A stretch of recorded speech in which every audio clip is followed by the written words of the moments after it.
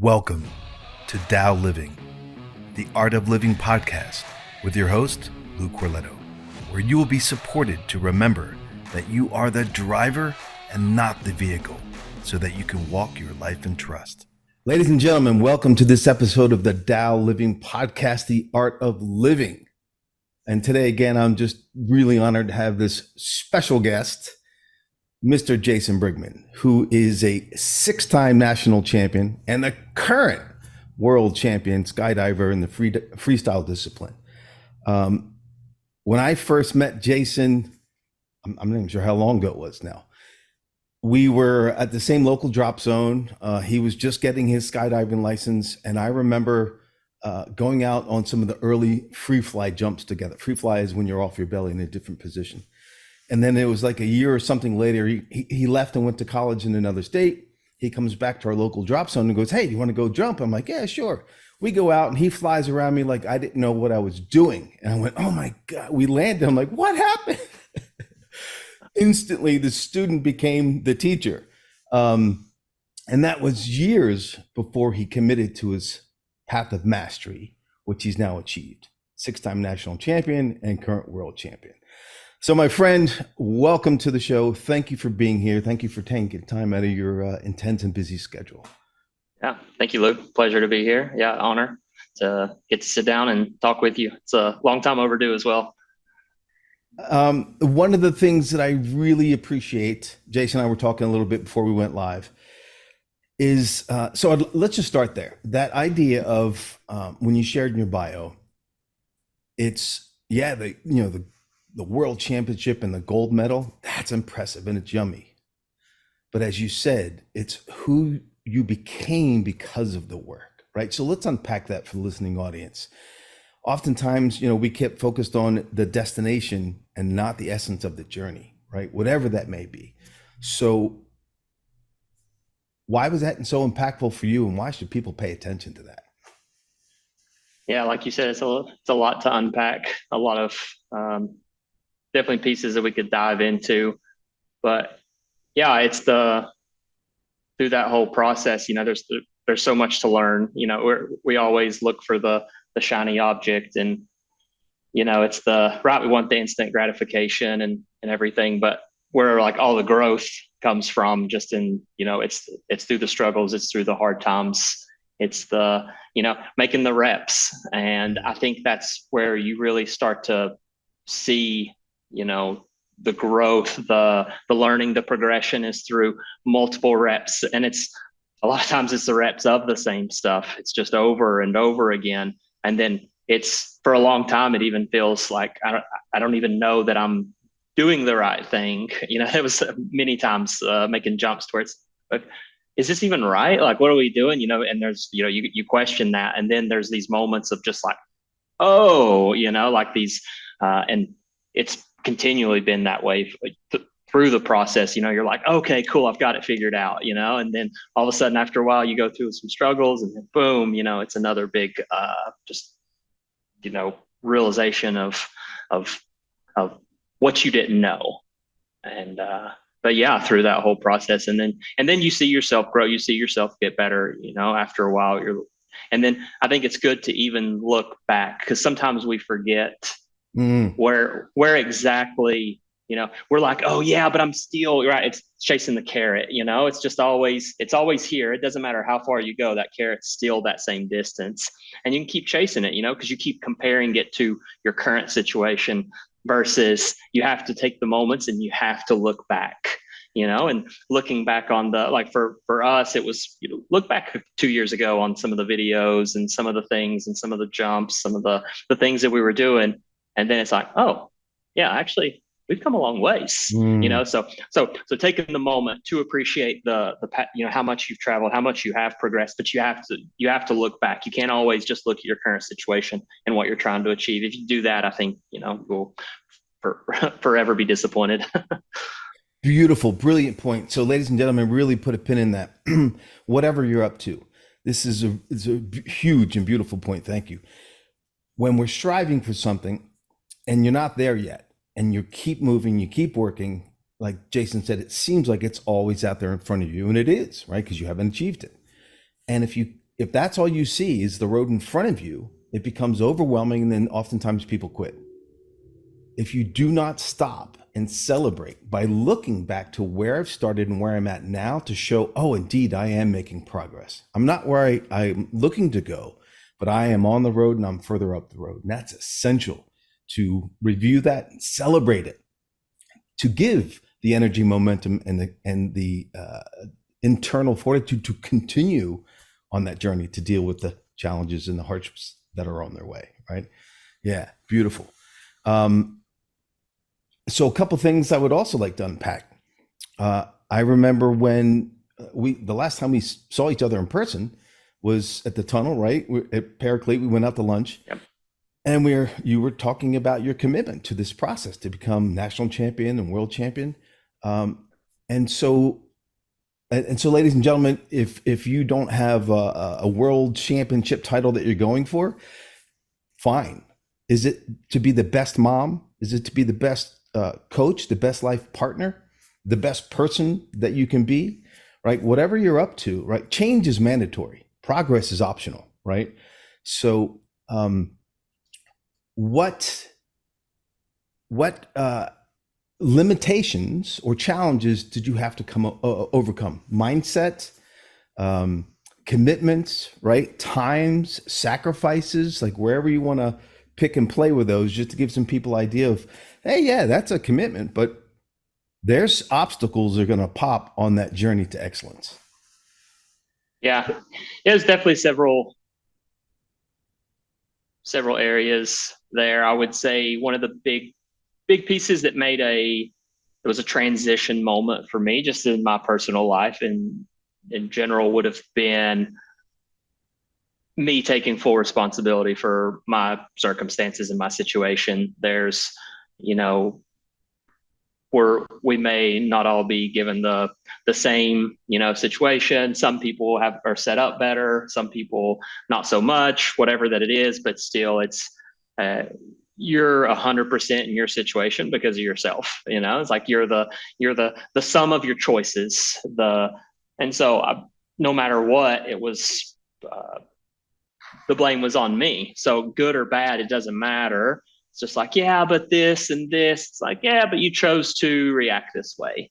You didn't have to. You could have done this. And I think that was a big turning point for me. It's cool. It's my fault. Whatever it is, good or bad, it's my fault. And most of the time, it's a lot of small choices that I've made, maybe even years. Just accumulating the compound effect up to that point, good or bad, whatever that it is. And it's like, okay, right, I chose to do that. I chose to not go work out so many days, so it's making those decisions. I believe that helped me. And just no matter what the situation, what I was thinking about, it's like, okay, it's on me. It's like, what decision should I be making? Like you're the sum of your choices. So it's just, okay, and if you keep thinking of that, it's like, okay, what choices am I making? And does this choice move me forward? Does this choice not? Is it serving me? Is it not?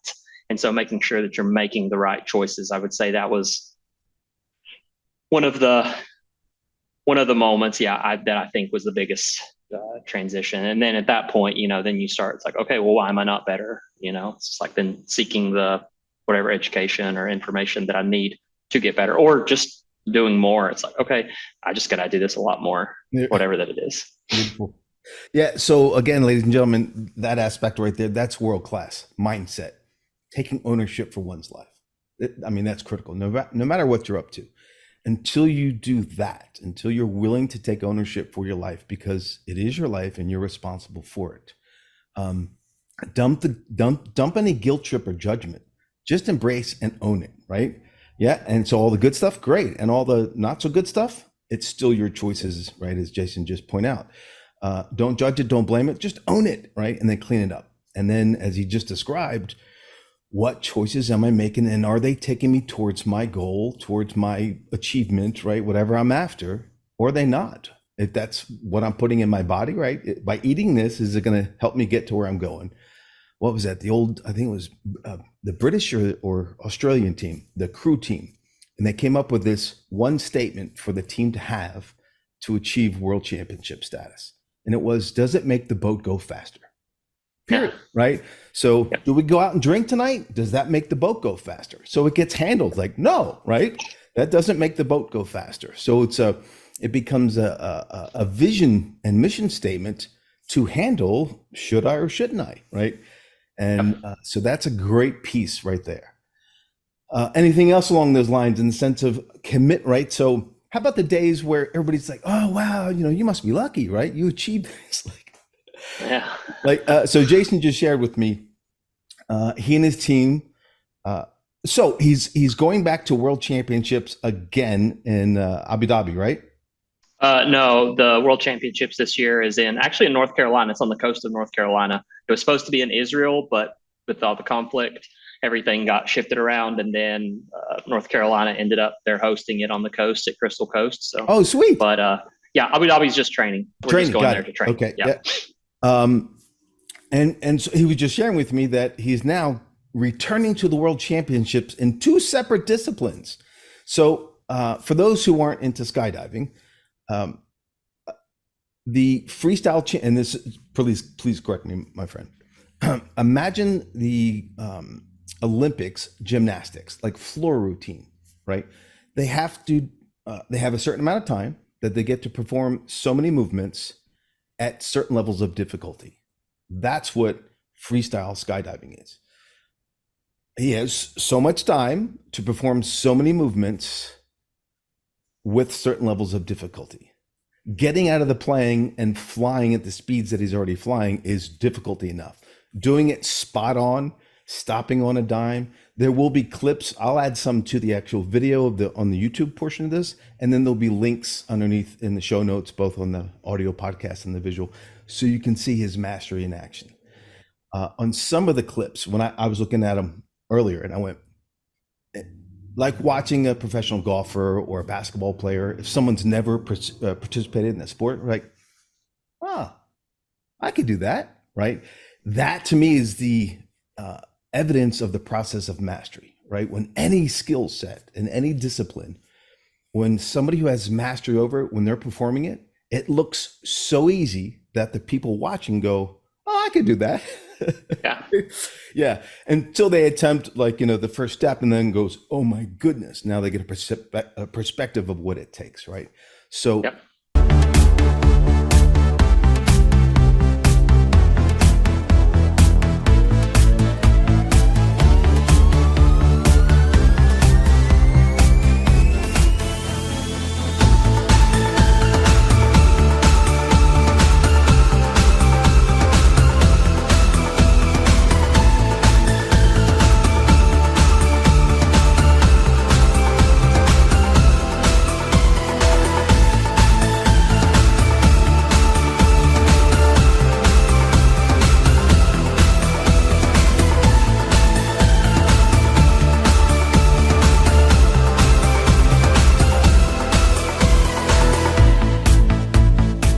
So Jason would just share with me that he and the team have already jumped 300. They made 300 skydives since December.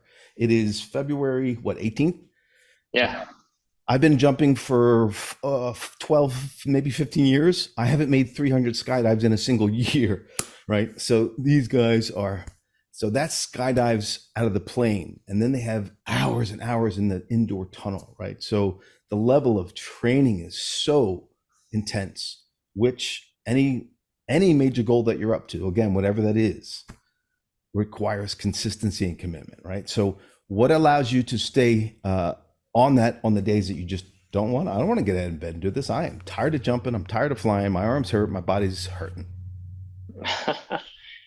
Yeah, that's a good question. I'll go back just a little bit, just to help maybe add a little bit to what freestyle skydiving is. It is a sequence of moves. We have a free routine. We fly a free routine, which is 45 seconds of whatever we want it to be. It's a sequence of moves, tricks, dynamic pieces. So just a lot of movements in general. But it's not just what I'm doing, but it's also how me and my camera are working together. So it's a very team focused, and we get judged based off the video that of his perspective of the skydive.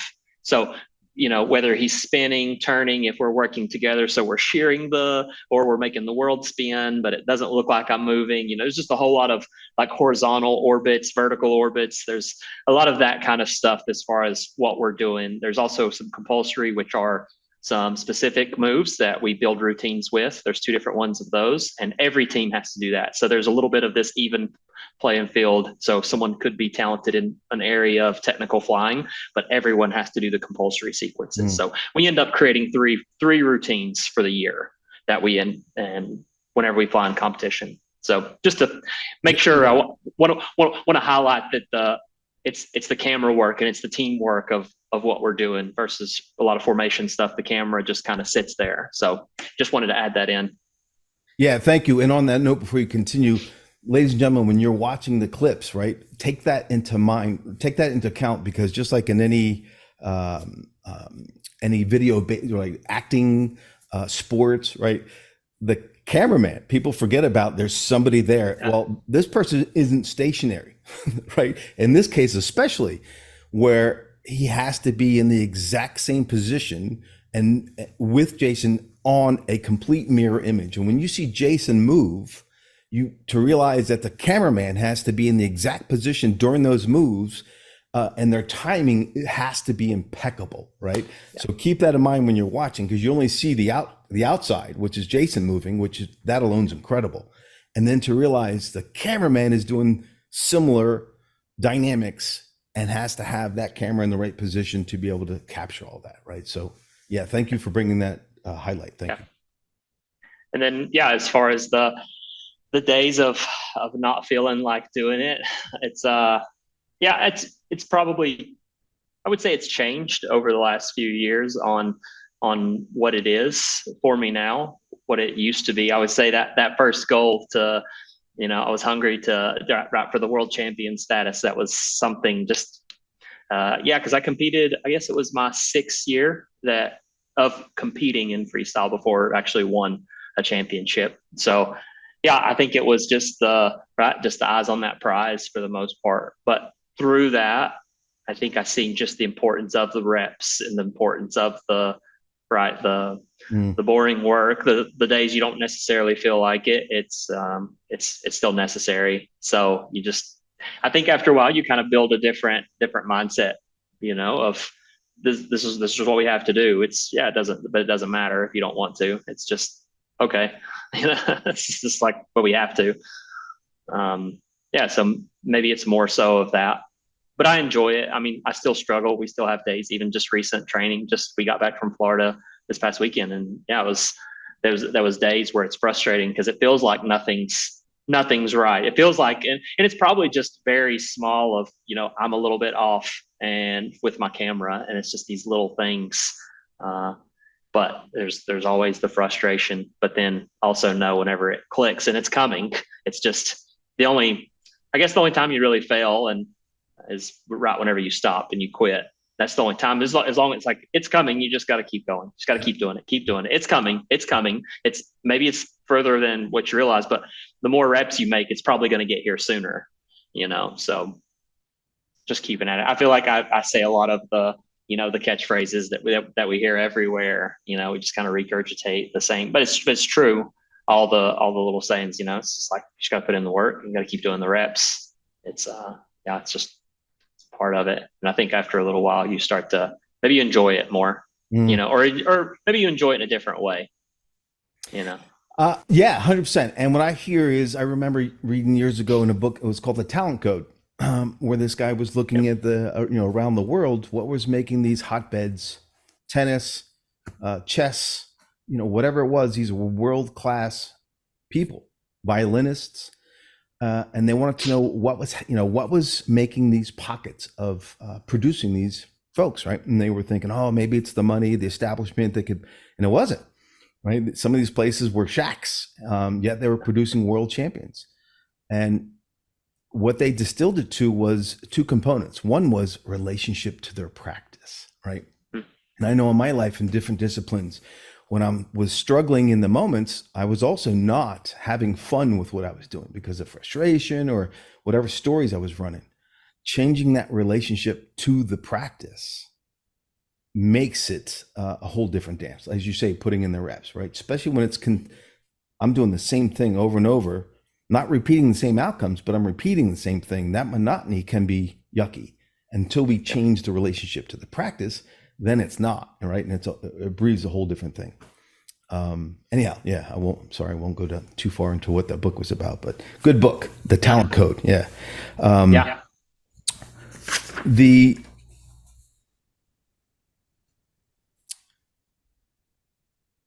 So how not to rest on the success, right? So oftentimes when people achieve the big goal, right, there's celebration, and then depending on the person, let down, uh, sometimes even depression, because all of that's over, right? And that could be 6 days, 6 weeks, 6 months. So you've achieved multiple times, right? 6 times national champion, multiple time and current world champion, and now returning to worlds.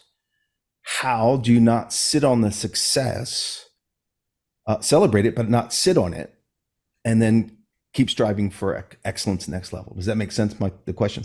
Yeah.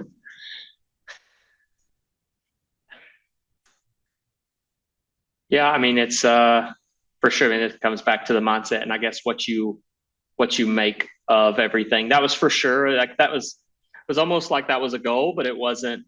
You know, there's always another goal. Like no matter what, it's just there's not really a finish line. At least for I mean, any of this, there'll be an end as far as where I'm not jumping anymore. But all this is all the skydiving, competing and training and trying to be, see what I'm capable of doing and where potential is.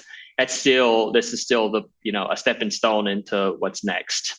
It's still so we Jake and I, we that's my teammate, and we definitely have probably a unique stance on a lot of the celebrating and everything. We just whenever we won, it was like cool. We shook hands and we were like, all right, cool, like checkbox one, and like even though that was one of the that's one of the goals, we still have more goals, and it was like okay, cool, like that takes care of it, and we were happy, but it's like maybe how you celebrate is important. I think it's good to recognize it and celebrate, but maybe not to the max, because you create such a hype, maybe as you should, but that can also make it hard later. It's like, well, what now?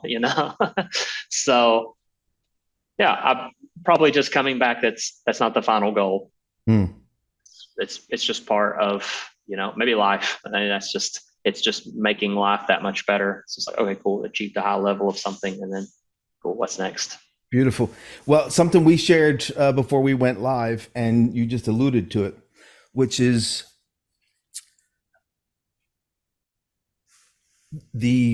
who you've become because of the time and the training.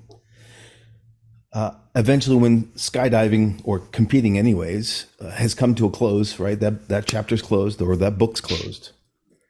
People often forget that, I'm now reinventing myself. I'm in another chapter. I'm doing something different.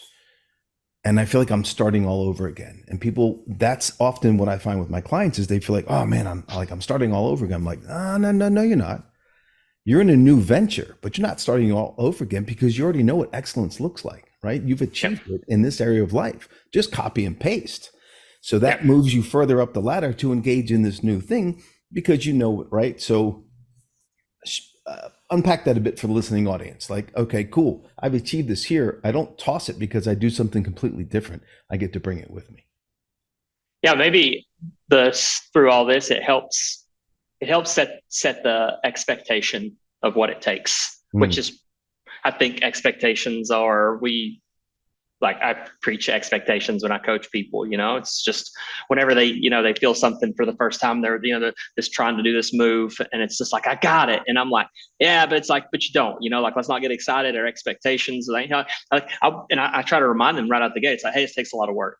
This is gonna be a lot of work. It's not gonna be easy. You're gonna get frustrated, but if you go ahead and just lay that out, and then it becomes easier, right? Because our expectations. But as soon as we expect it should be easy and then it's hard, now we're disappointed. And it's just like, oh, but why is this? But if you just set your expectations in the beginning, and no matter what I go from here, I know it's going to take a lot of work.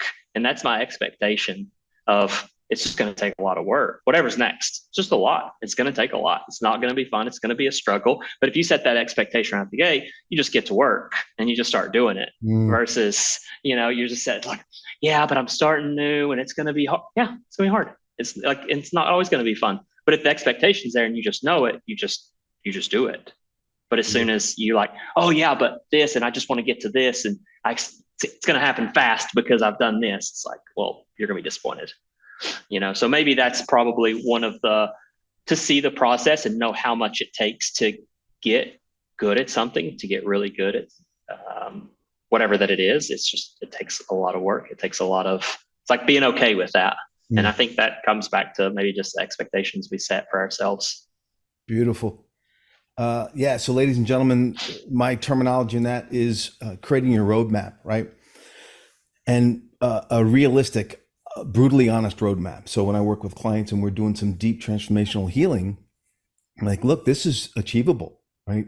They've been told that they've got stuff going on that's not possible to get well. I'm like, nonsense. It's totally achievable. Yet, we're going to hit some places where you're going to want to bail because it's going to bring up stuff, right? Or you're going to have to handle some stuff that you've been avoiding. And so laying out the framework and the roadmap to know that eventually you're going to bump into this. Then we're going to bump into that. Then we're going to bump into that. Knowing that ahead of time, it's not a surprise and it doesn't take you out, right? So yeah, brilliant. Anything else you want to? No. Okay. Maybe not. I'm going to go back and ask you to drill down to if you're open to it. Yeah. The mindset piece. Well, let me see. Let me start here. I shared something recently on one of the podcasts that change, right? So for all of us, change can be difficult. And oftentimes it runs into stereotypically 3 psychological triggers, which is the fear of loss or the pain of loss, the pain of hardship, and the pain of outcome. So the mind in this form of protection defaults into the negative. Well, if I'm going to commit to this thing, oh my gosh, I'm going to lose. I'm going to lose out on going to events and parties and weddings because I'm training. Because whatever that is, a marathon, climbing Mount Everest, become a gold world champion skydiver. The hardship. I have to train so many hours a day, every day for how long? What? Hardship. And I don't know if I can do that. And then outcome pain. What if I put all that time and effort and energy into it and it doesn't work out? Right? That's where the mind typically defaults. Fair enough.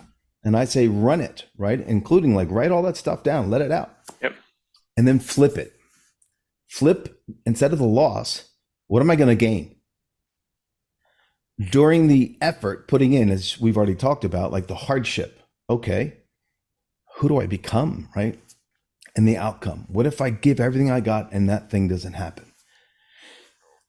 But look how life has changed because of my effort, energy, and commitment, right? And there's always another round if you choose to stick with it, yeah? So using that, setting the stage back to mindset. When you first sat down and went, okay, I'm going for this. Did any of that stuff pop? Well, who do you think you are? Jason Brigmon, to yourself, right? Did the inner dialogue, who do you think you are to become world champion, right? Like you said before, resources, right? So some people had different places. Some people have grown up in an abundant mindset or supported by their environment, family, friends. You're great. You can do whatever you want. Some people didn't, right? A lot of people didn't have that. They've got stuff that's counterproductive, lack, fear, and limitation, which usually takes us out as people. So if you don't mind speaking to that, sir, if that makes sense, how I've articulated. Yeah. I feel like I had 4 different thoughts and probably got lost in some of my own thoughts I was trying to wherever you want to go, Frank. Yeah, for sure. There's a lot of fears. going through it. I mean, I still have them. Like I don't think we're anyone special that they don't have them, because the skydiving world is, it's not really a get rich area. So it's spending a lot of time, in good, you know, great years of my life, and still spending a lot of time. And there's not a big financial side of it. But at the same time, like you said, it's the process. And maybe in the beginning, I didn't think so much of what I would become. I didn't even know it was so much of that's what I was going to gain from it. I think it was, for me in the beginning, I wanted to go all in on something. So I didn't know. I had always had, even being younger, I want to be the best in the world at something. And this was way before even skydiving, because I raced motorcycles, played baseball, played sports. It's like I should be the best in the world at something. And who would have thought it would have kind of shook out the way that it did? But that was where I believe a lot of it started. And I felt like as I was going through, I was like, man, I never really went like all in on something. Just like, I'm going to commit to this 5, 6 years, 7 years. So to give it a run like that, I believe that was how it started for me. And I believe I seen the opportunity as I competed. It's like, if I put in more work than where we're at, because I competed, a little bit of background. I started in 2017 in freestyle, and I was actually the video guy when I first started. So I shot video for 5 years on a different team. And then leading up to the last couple of years, he's like, I want to do performer. Like, that just looks like what I like to do, the style of flying, everything about it. I was like, I want to do that. And I thought it would really push me. And so opportunity, made a good run in 5 years. We competed, the previous team, got a couple world medals, never won. So I've got a third and a second, 2 seconds on a world level. And yeah, so it's just like, but if I put in more work, I've done this with this much work, but if I go all in, I think it's attainable, So I believe that was how it started for me. And then now I'm still doing it. Like, the goal was achieved, but now it's maybe want to make sure that it's like, it wasn't just luck, maybe a little bit of something to prove there. So there's a lot of people, because it takes a lot of time. A lot of people win the worlds, and yeah, they step away. Because after they get the title, but yeah, it's like, okay, cool. Let's stick with it and show. And then plus I'm doing probably more work now than I've ever done on the other years. Even the year we won worlds, it's like, okay, like I could just do more. It's like, let's see what we can do with more, and then it's just, you see the more, input that you do, right? The greater the output. It's just, as long as you're doing the correct right inputs, Yeah. You don't want to be aimlessly working, Right. So, you are doing. Yeah. The old delusion of, well, it's practice makes perfect, right? No, it doesn't. Yeah. Right? Perfect practice, excellence, right? Because we can practice the same bad stuff, and it's not going to make. Yeah. So for me, the big takeaway for the audience, which is all in, right? That's what I heard. So, ladies and gentlemen, whatever you're up to, if you're dabbling, just realize you're going to get dabbling results, right? No judgment. Just know that I've dabbled in stuff. Yeah. Yet, to become whatever that is you're after, the old saying is, if you want to take over the island, burn the boats, right? Leave no out, because if we have easy outs, when it gets difficult, boom, there we go, exit stage left. When you've burnt the bridges and you've burnt the boats, there's no leaving, right? You're fully committed. So think about what you need to fully commit to whatever that is, right? The best relationship, the best performance at your workplace, or if you're an athlete, to becoming world-class, whatever that is, business venture. What do you need to do to go all in? Leave nothing on the table, right?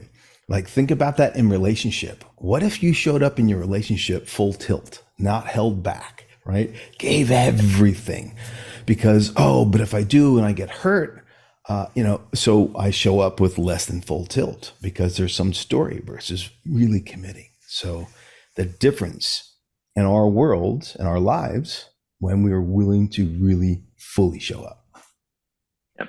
And to add on to that, I would say in the right, but in the beginning of whatever journey you go down, you're going to have a certain amount of capacity, but that capacity, there's more, and that can grow and get stronger to do more. So in the beginning, it's just like, man, and you can look back on business. If you've done something long enough, you've done this, and you think about how hard this was for you, and then 5 years later, you're like, oh, I used to do this, or that was a struggle, but now I do this and this and this. So like that capacity can grow. Your ability goes up, and that what was hard gets easier, and then there's new struggles, but you just keep getting better through it. So Excellent. yeah, I would. Excellent. Yes. Beautiful. So again, as Jason was sharing, is our capacity to increase our capacity, right? And that does not happen until we put ourselves in challenging moments. One, we get to discover who we are at another level. And two, the fact of growth occurs there. We don't get to grow in the comfort zone. There's no need. So working outside of our comfort zone is where growth occurs. And most people don't want to do that because it's the unknown. I'm uncomfortable. I might get embarrassed.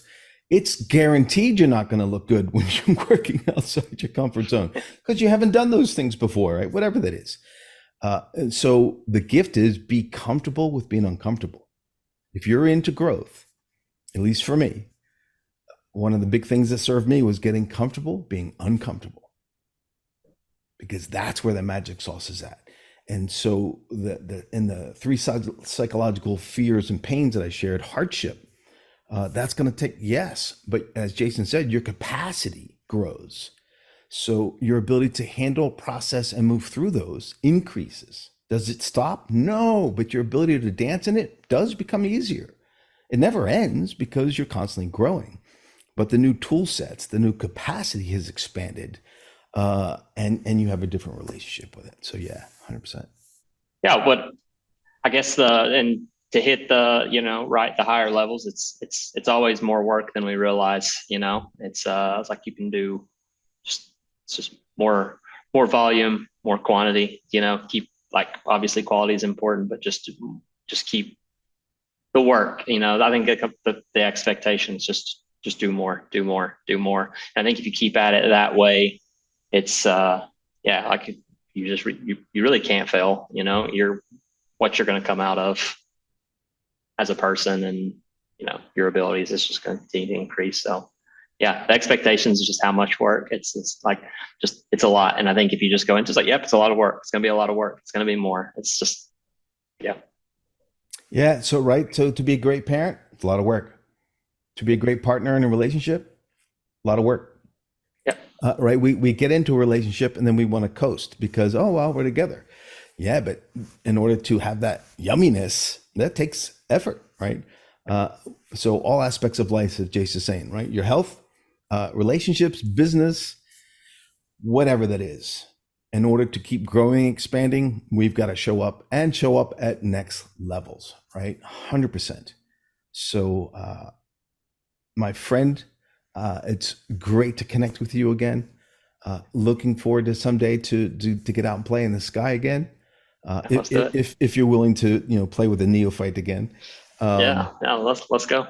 I actually looked at the next angle camp you guys are teaching, but I'm going to be teaching in Argentina. So I'm like, so I'll keep on the schedule there. Any closing thoughts? No, not too many. Thanks for the opportunity. It's been a pleasure chatting with you and the audience. It's thanks for tuning in. So yeah, appreciate everything. Yeah, it's been good. Honor and privilege, my friend. I appreciate you taking time out of your intense schedule with training, teaching, coaching that you do around the world, and to be here to share with me and the listening audience. Ladies and gentlemen, again, check in the show notes. Especially if you're a skydiver, there's contact information to get training with this world-class champion. Yeah, absolutely. The tunnel coach and paraclete for skydivers, you know what we're talking about. And also the videos to watch, right? So, and if you have information, you want to reach out to Jason, the information he gave us for his contacts will be there too. So my friend, my brother, thank you for your time. Congratulations on your success. Thank you. and lots of light to the upcoming championships. Thank you. Appreciate it. Abundant blessings. To connect further and dive deeper, you can always reach me at my website, loucorleto.com, LOUCORLETO, or in the social channels, Facebook, loucorleto.official, Instagram, Lou_Corleto, Twitter, Lou_Corleto, and LinkedIn. Until next time, remember who you be. Abundant blessings.